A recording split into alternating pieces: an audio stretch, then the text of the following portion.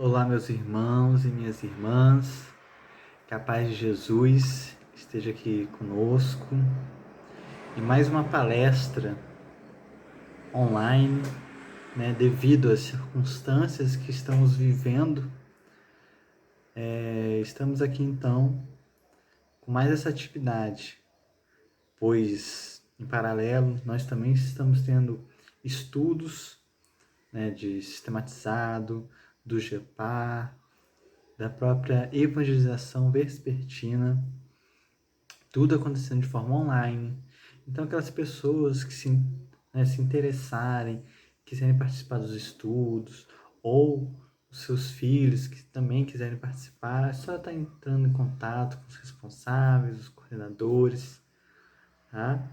E aqui mais essa atividade, que é a palestra pública, esse sábado, né? E o tema de hoje é a parábola do semeador, que ela está no Evangelho segundo o Espiritismo, no capítulo 17, nos itens 5 e 6. Né? Então, rapidamente, nós iremos ler aqui, fazer uma primeira leitura da parábola, e depois a gente vai conversando um pouco sobre ela. Né? Então, a parábola do semeador, que é uma das mais, se não a mais, famosa parábola que Jesus contou. Então, naquele mesmo dia, tendo saído de casa, Jesus sentou-se à borda do mar. Em torno dele, logo reuniu-se grande multidão de gente, pelo que entrou numa barca, onde sentou-se, permanecendo na margem todo o povo.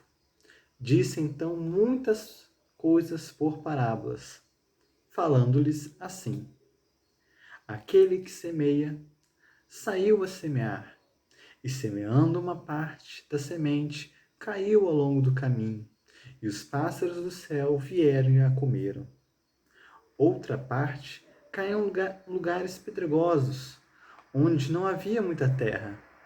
As sementes logo brotaram, porque carecia de profundidade a terra, onde haviam caído. Mas, levantando-se o sol, as queimou, e como não tinha raízes, as secaram. Outra parte caiu entre os espinheiros, e estes, crescendo, as abafaram. Por fim, finalmente caiu em terra boa, e produziu bons frutos, dando algumas sementes, 100 por um, outras 60 e outras 30. Ouça quem tem ouvidos de ouvir. A parábola está em Mateus, capítulo 13, versículos de 1 a 9. E Jesus continua, depois da parábola, ele explica a parábola, fazendo algo que ele normalmente não faz. Então ele fala: escutai, pois, vós outros, a parábola do semeador. Quem quer que a escute, a palavra do reino, e não lhe dá atenção, vem o espírito maligno e tira-lhe o que lhe fora semeado do coração. Esse é o que recebeu a semente ao longo do caminho. Aquele que recebe a semente em meio das pedras é o que escuta a palavra e que a recebe com alegria no primeiro momento, mas não tendo nele raízes, dura apenas algum tempo. Em sobrevivendo reveses e perseguições por causa da palavra, tira ele daí motivo de escândalo e de queda. Aquele que recebe a semente entre espinheiros é o que ouve a palavra, mas que logo os cuidados deste século e a ilusão das riquezas abafam aquela palavra e a tornam infrutífera. Aquele, porém, que recebe a semente em boa terra é o que escuta a palavra, que lhe presta atenção e em que ela produz frutos, dando 100 ou 60 ou 30 por um. Então Jesus fala a parábola do semeador e depois ainda explica, deixando ela bem clara o entendimento para nós. Mas antes da gente entrar de fato na parábola propriamente dita, eu sempre gosto da gente fazer primeiro uma reflexão das bases do que a gente vai estar conversando, né? Então, assim, como que eu vou tratar, como que a gente vai discutir sobre a parábola do semeador, se às vezes eu não consigo entender o que é uma parábola, né?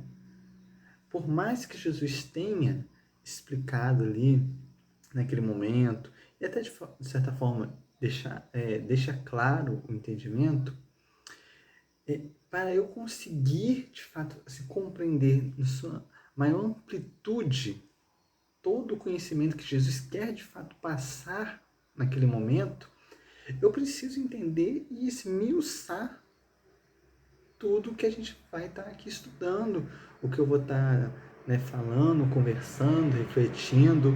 Isso seja assim, em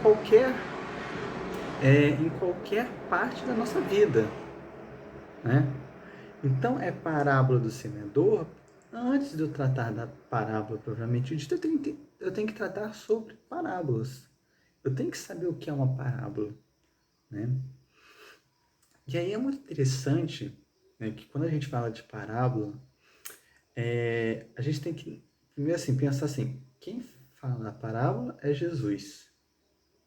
E Jesus, ele é um espírito perfeito, um espírito puro, o governador da terra. E ele já é esse espírito, nesse altíssimo grau de evolução há 4,5 bilhões de anos. Há 4,5 bilhões de anos, Jesus já é esse espírito. Às vezes a gente não tem assim, a dimensão do que é isso, né? Às vezes a gente acha que, tipo, um ano, tem que esperar um ano, tem que esperar 10 anos, sabe? Às vezes planejar uma viagem que vai demorar, né, 1 ano e meio, 2 anos, né? Já é algo assim que deixa a gente, esse cara é muito tempo, não sei o que. Imagina Jesus sendo Jesus há 4,5 bilhões de anos, um espírito com uma gama de conhecimento, uma gama de experiências, o que esse espírito já vivenciou, o que ele já aprendeu, né? O que ele já experimentou, né? E aí esse espírito encarna aqui na Terra e ele se utiliza das parábolas para passar todo o seu conhecimento. Porque imaginemos, assim, esse espírito, como eu disse, ele já vivenciou tanta coisa que, assim, com toda certeza que nós podemos afirmar que Jesus foi o maior pedagogo que já passou aqui na Terra. E sempre será o maior, né? E aí, esse espírito, esse maior pedagogo, ele utiliza da pedagogia das parábolas para passar o seu conhecimento. Então, esse é o primeiro ponto para a gente entender que a parábola, ela é algo muito, muito grandioso. Ela não é o que normalmente a gente fala aqui assim, parábolas são as histórias que Jesus contava, né? Assim, é algo mais do que isso. É algo mais do que histórias que Jesus contava. A parábola é a pedagogia escolhida pelo Cristo para passar o seu conhecimento. Agora, por quê? A parábola, ela tem, no seu princípio, a linguagem conotativa, uma linguagem figurada. Então, ela não é só uma história. Não faz sentido a gente ler a parábola ao pé da letra, porque nela contém metáforas, né? E aí, por que Jesus faz isso? Porque ele tinha uma missão de tanto educar aquele povo naquele momento, quanto passar todo o seu conhecimento para os povos seguintes. Tanto que estamos aqui 2000 anos depois, tratando ainda, tentando aprender ainda seus conhecimentos. Então olha a missão que Jesus tinha. Ele tinha que fazer com que aquele povo entendesse e todos os povos seguintes também. Então o que ele faz? Jesus encarna dentro de um povo oriental que tem sua linguagem própria, sua cultura própria. Então o que ele se utiliza das parábolas? Ele vai utilizar elementos daquele povo oriental, onde ele está inserido, para passar ensinamentos que são transcendentes e imutáveis. A tal ponto que ele, se utilizando daqueles elementos, ele faria que, mesmo assim, pessoas de diferentes culturas, de diferentes tempos, pudessem entender. Tanto que no Consolador, o livro Chico, psicografado pelo espírito de Emmanuel, ele fala que as parábolas são como sementes divinas que desabrochariam um dia em árvores de misericórdia e sabedoria para a humanidade. Então as parábolas, elas vão desabrochar em algum momento, em um dia. Não necessariamente elas já desabrocharam ou não, mas que a cada vez que nós estudamos mais, a cada vez que a gente tem um conhecimento maior, a gente vai entendendo mais e mais e mais. Então, por isso, dessa forma, já que assim, Jesus está tão contido nesse contexto, para a gente entender a parábola, a gente precisa voltar lá atrás, há 2000 anos, e entrar naquele contexto. Porque as parábolas, elas têm um contexto. A tal ponto que diversas situações nas parábolas não estão escritas, não são mencionadas. Até porque não fazia sentido Jesus explicar tudo dentro da parábola se ele estava falando para aquele povo. Então Jesus não precisava deixar tudo esmiuçado para um povo que já entendia. Então, assim, por exemplo, nós vamos tratar da parábola do semeador. Então, Jesus ele não precisa falar da agricultura daquela época dentro da parábola. Porque para quem ele estava falando da parábola, naquele momento, sabia como era a agricultura daquela época. Diferente de nós. Nós estamos no contexto de 2020, onde, passados esses 2000 anos, como é tratado a agricultura, a forma de se plantar, de colher e tudo mais, é extremamente diferente do que era lá na Palestina há 2000 anos. Então, a gente precisa resgatar isso. Nós precisamos resgatar isso. Então, nós precisamos sair da nossa localidade, do nosso tempo, e voltar lá na Palestina, especificamente lá na Galileia, e enxergarmos como camponeses, como pessoas, como agricultores, pessoas que tinham uma vida na agricultura. Para a gente entender o que Jesus estava falando na parábola do semeador mais profundamente. Porque, por exemplo, né? Então, entrando já na parte da agricultura na época. Hoje, quando a gente pensa em falar de agricultura, né, se eu quero trabalhar com agricultura, ou mesmo assim, se eu quero, né, plantar aqui uma semente, né, uma arvorezinha que seja dentro da minha casa, né, dentro do meu jardim, o que a gente faz? A gente, primeiramente, já cuida da terra. O primeiro passo é cuidar da terra. Ter uma terra boa para a gente colocar semente.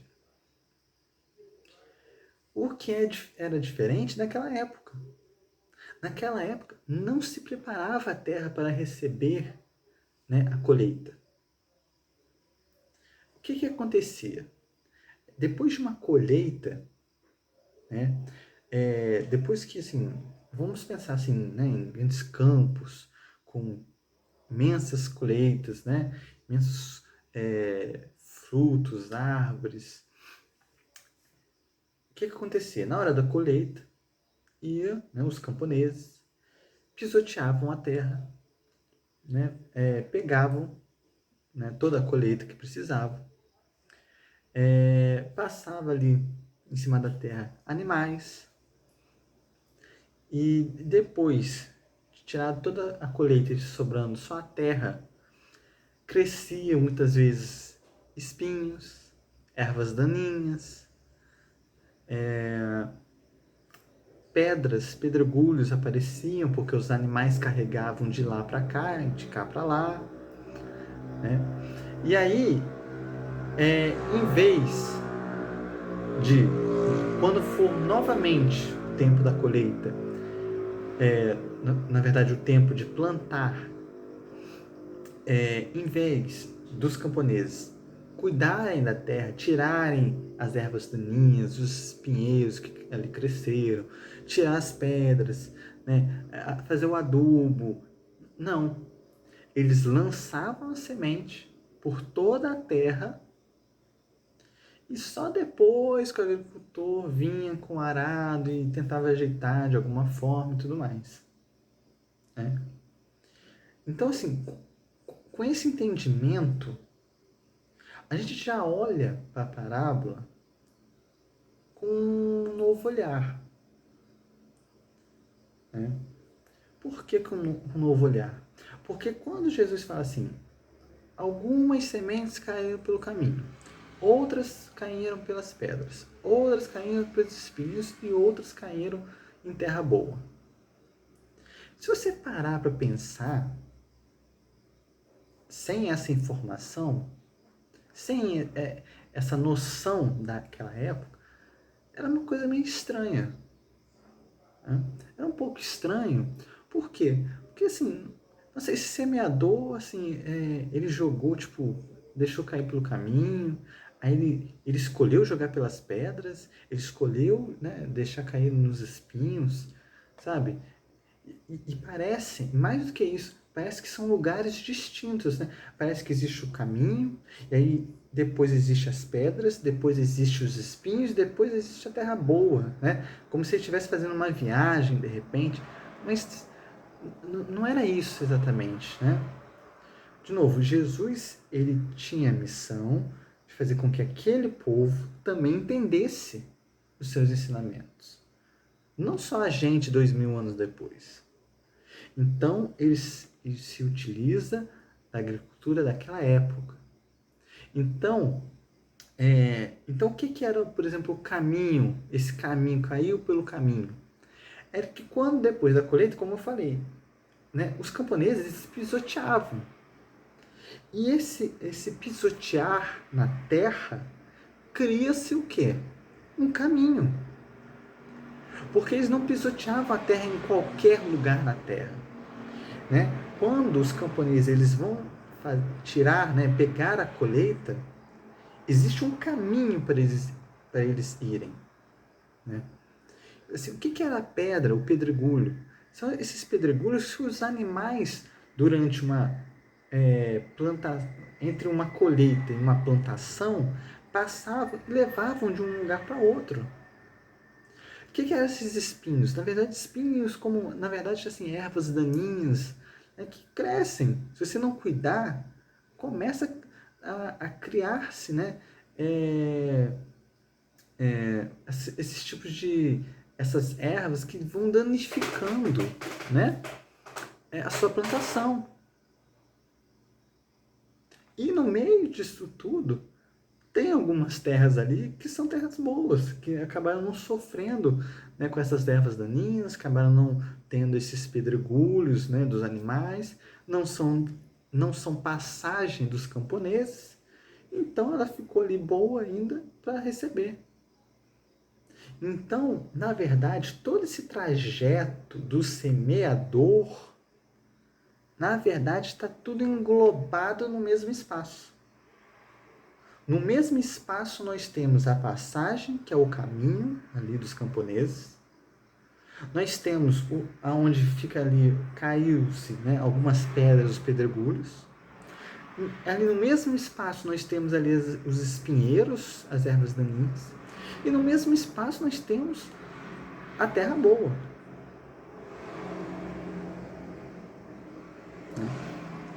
Então, assim, não são espaços diferentes, né? E o semeador, de novo, ele tinha que fazer com que aquelas pessoas entendessem também.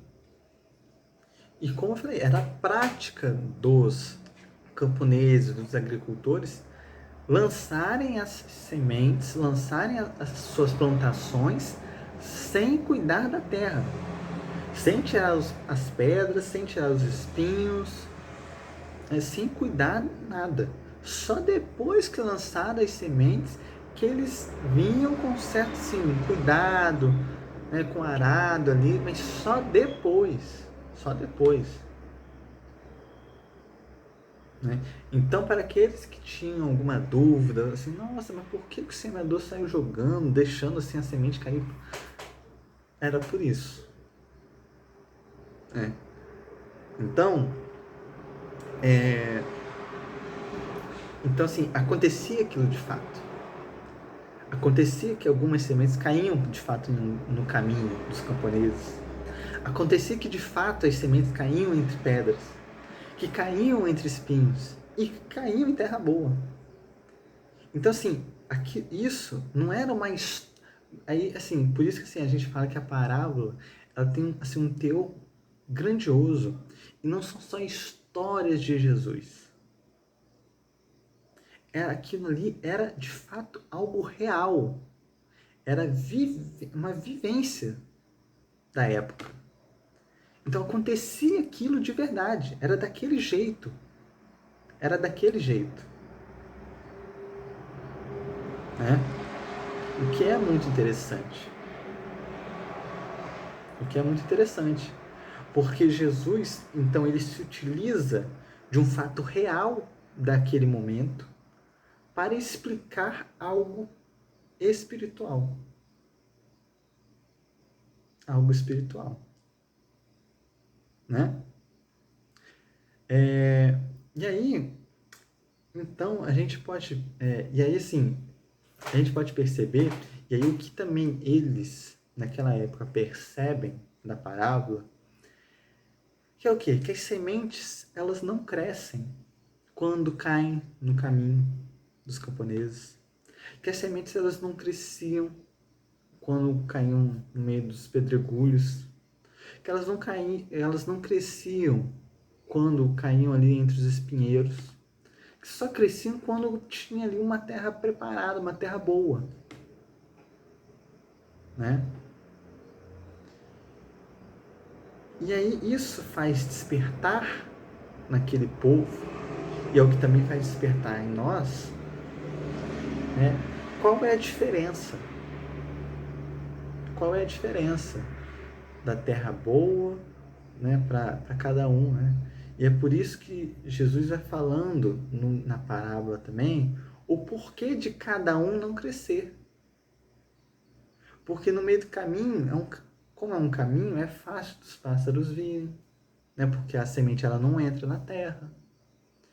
No meio das pedras, né? Ela não consegue criar raiz. No meio dos espinhos, ela até cria uma raiz, ela começa a crescer, só que como tem muitas ervas daninhas ali, acaba danificando e ela fica sufocada. E na terra boa, né, é ali o melhor momento para a semente crescer.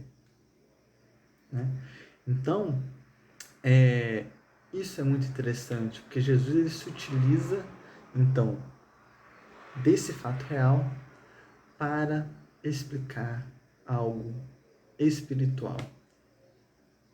Não era uma história, né? Não era uma historinha, né? Só apenas. Algo muito maior, um aprendizado maior. Né? E ao final ainda da parábola, ele ainda deixa algo para a gente pensar a questão, né, até da própria terra boa. Porque mesmo na terra boa, algumas sementes dão 100 frutos, outras dão 60 frutos, outras dão 30 frutos. Então, o que isso significa?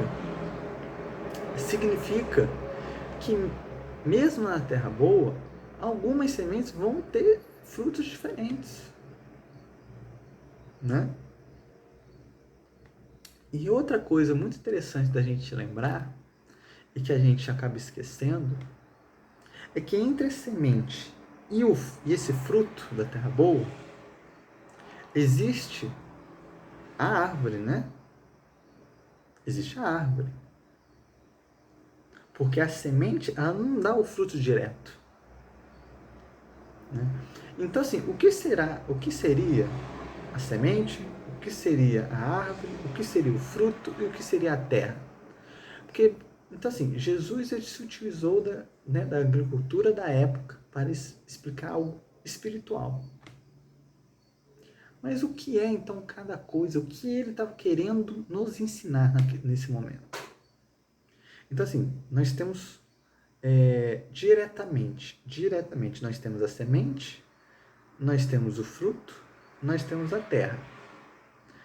Temos o semeador e temos a árvore, né, que a gente pode colocar, que não é mencionada de fato, mas indiretamente ela está ali.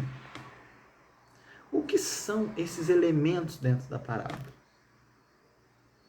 Porque é algo que a gente também tem que refletir, para a gente também pensar assim, a mensagem que Jesus queria passar com isso. Né? Então, assim, a semente é algo jogada pelo semeador. Então, primeiramente, quem é o semeador? Né? Talvez ali o mais fácil da gente enxergar, né? Que é Deus. Né? É ali a força divina. Né? E quando, né, o semeador ele espalha as sementes, né, ou seja, ele está dando algo ali que é dele, que é o quê?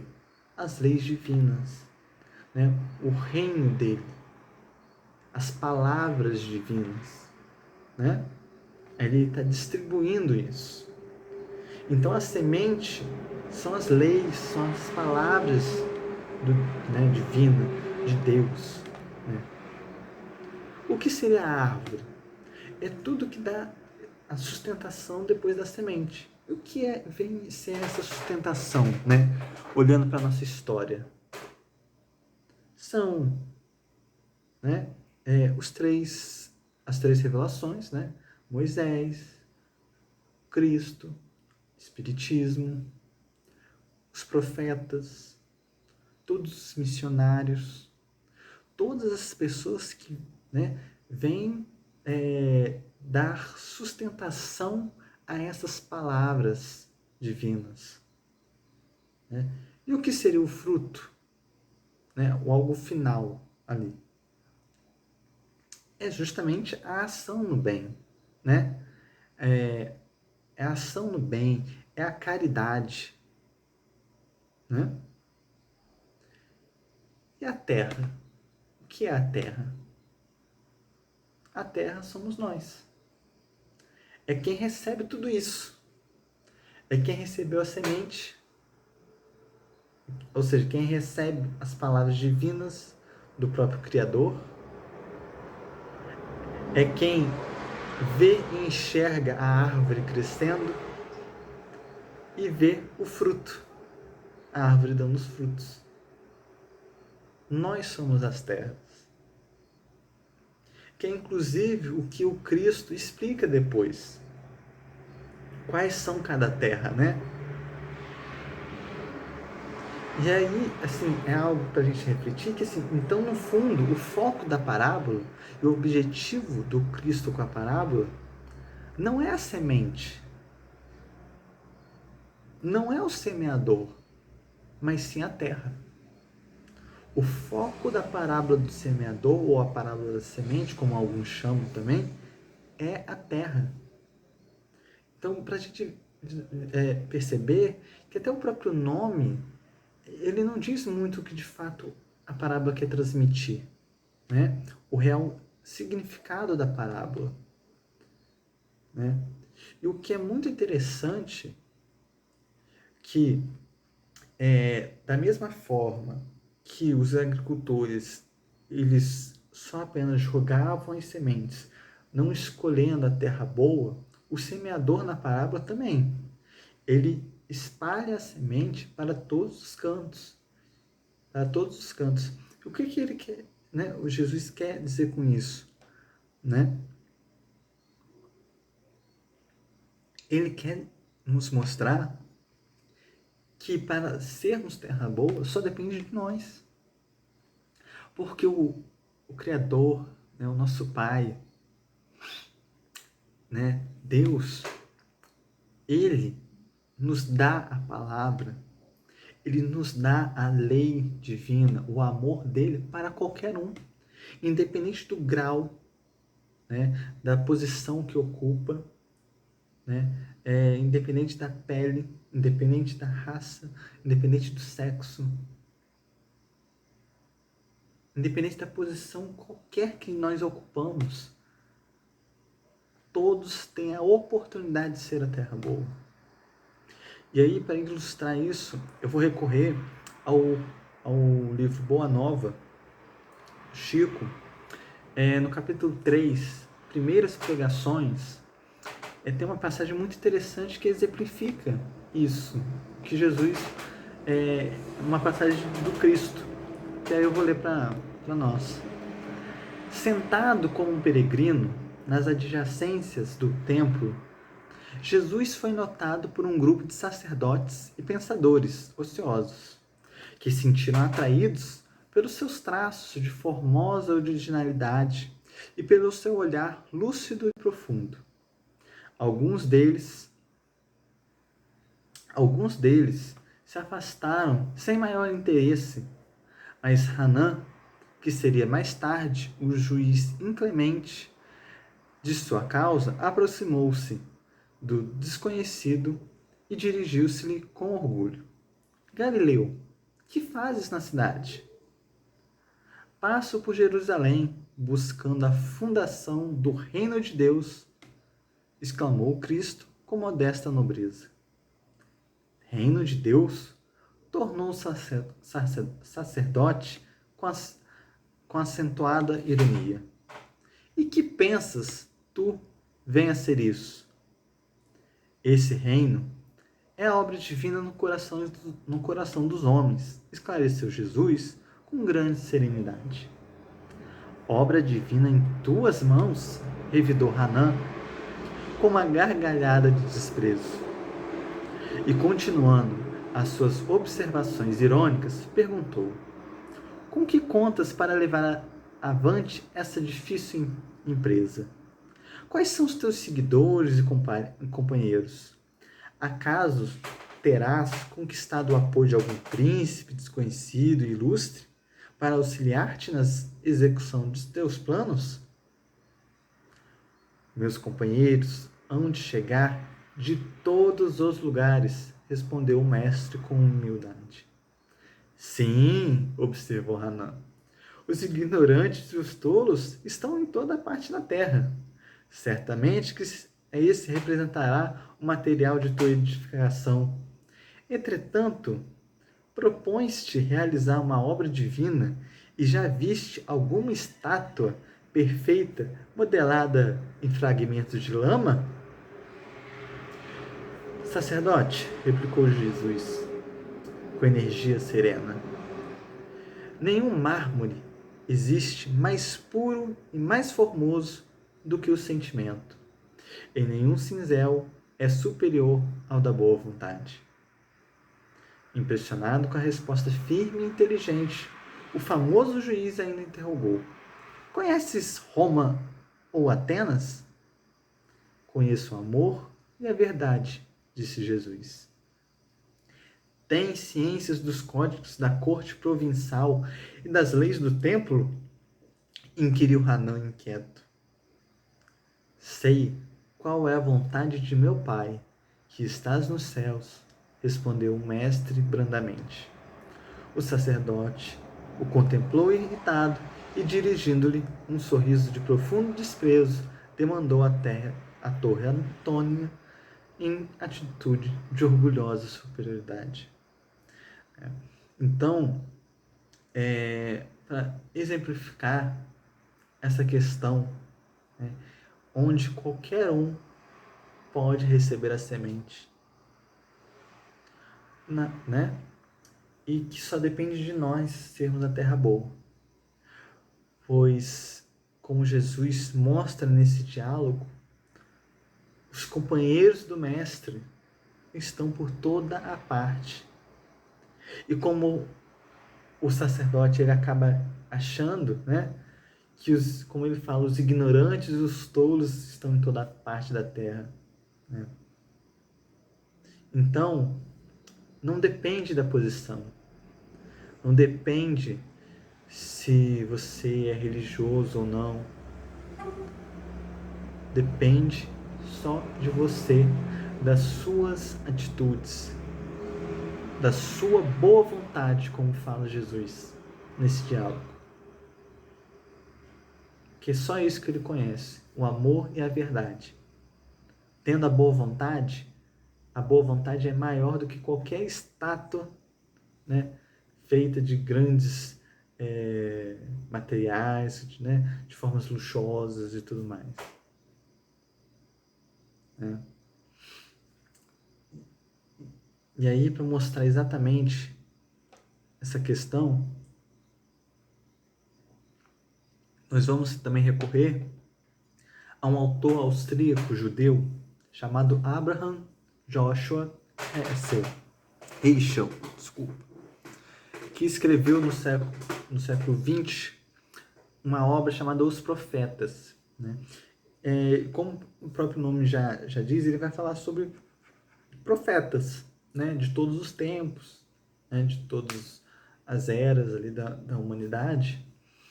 E é muito interessante porque ele vai falar que a diferença, né, dos profetas das pessoas comuns é que os profetas, eles se deixam tocar por Deus, né? Não porque eles são escolhidos, não porque eles são escolhidos de Deus, muito pelo contrário, porque eles deixam Deus tocar em eles. E quando Deus toca, né, eles, acende uma chama interior. Né? Um exemplo disso é a parábola do bom samaritano, onde ao lado do corpo caído passa o sacerdote, passa o levita, que seriam, né, pessoas escolhidas dentro de uma religiosidade para ajudar aquele homem e não o ajudam. E o samaritano, e é até interessante porque no texto está desse jeito, né? O samaritano foi tocado de compaixão para ajudar aquele homem caído. Né? Ele foi tocado de compaixão. Né? O que isso significa?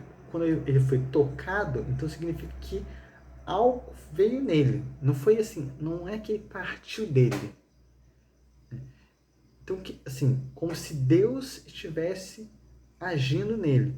E aí ele fala que quando isso acontece, ele, né, o Heschel, ele fala que quando isso acontece, ele dá o nome de patos divino. Patos, né? Soletrando é P-A-T-H-O-S, né? É do grego. Patos, no grego, significa aquilo que você sofre ou alguém faz ou provoca em você algo, né? Você sofre, é aquilo que você sofre, assim, não de sofrer, né? Não de sofrência, é aquilo que você sofre no sentido de alguém faz alguma coisa em você. Não é algo que parte de você, né? Isso é patos. E o patos divino, então, o patos divino seria aquilo que Deus faz em você, Deus provoca em você, né? E aí, então, é muito interessante, porque juntando essa definição, juntando a passagem de Jesus com Hanan, juntando essa expressão, a passagem e a parábola, nós entendemos que a construção do reino de Deus, que é o que Jesus queria mostrar para Hanan da construção, não é algo que eu faço, mas sim que Deus faz em mim. É o patos divinos, né? O patos divino que Heschel fala e que a parábola mostra. Que a parábola, por sua vez, mostra. Que é o semeador que joga a semente na terra. Se não tiver o semeador para lançar as sementes, a terra vai ficar parada. Então, a terra sofre a intervenção do semeador com a semente. Então, a construção do reino de Deus não é algo que eu faço, e sim Deus faz em mim.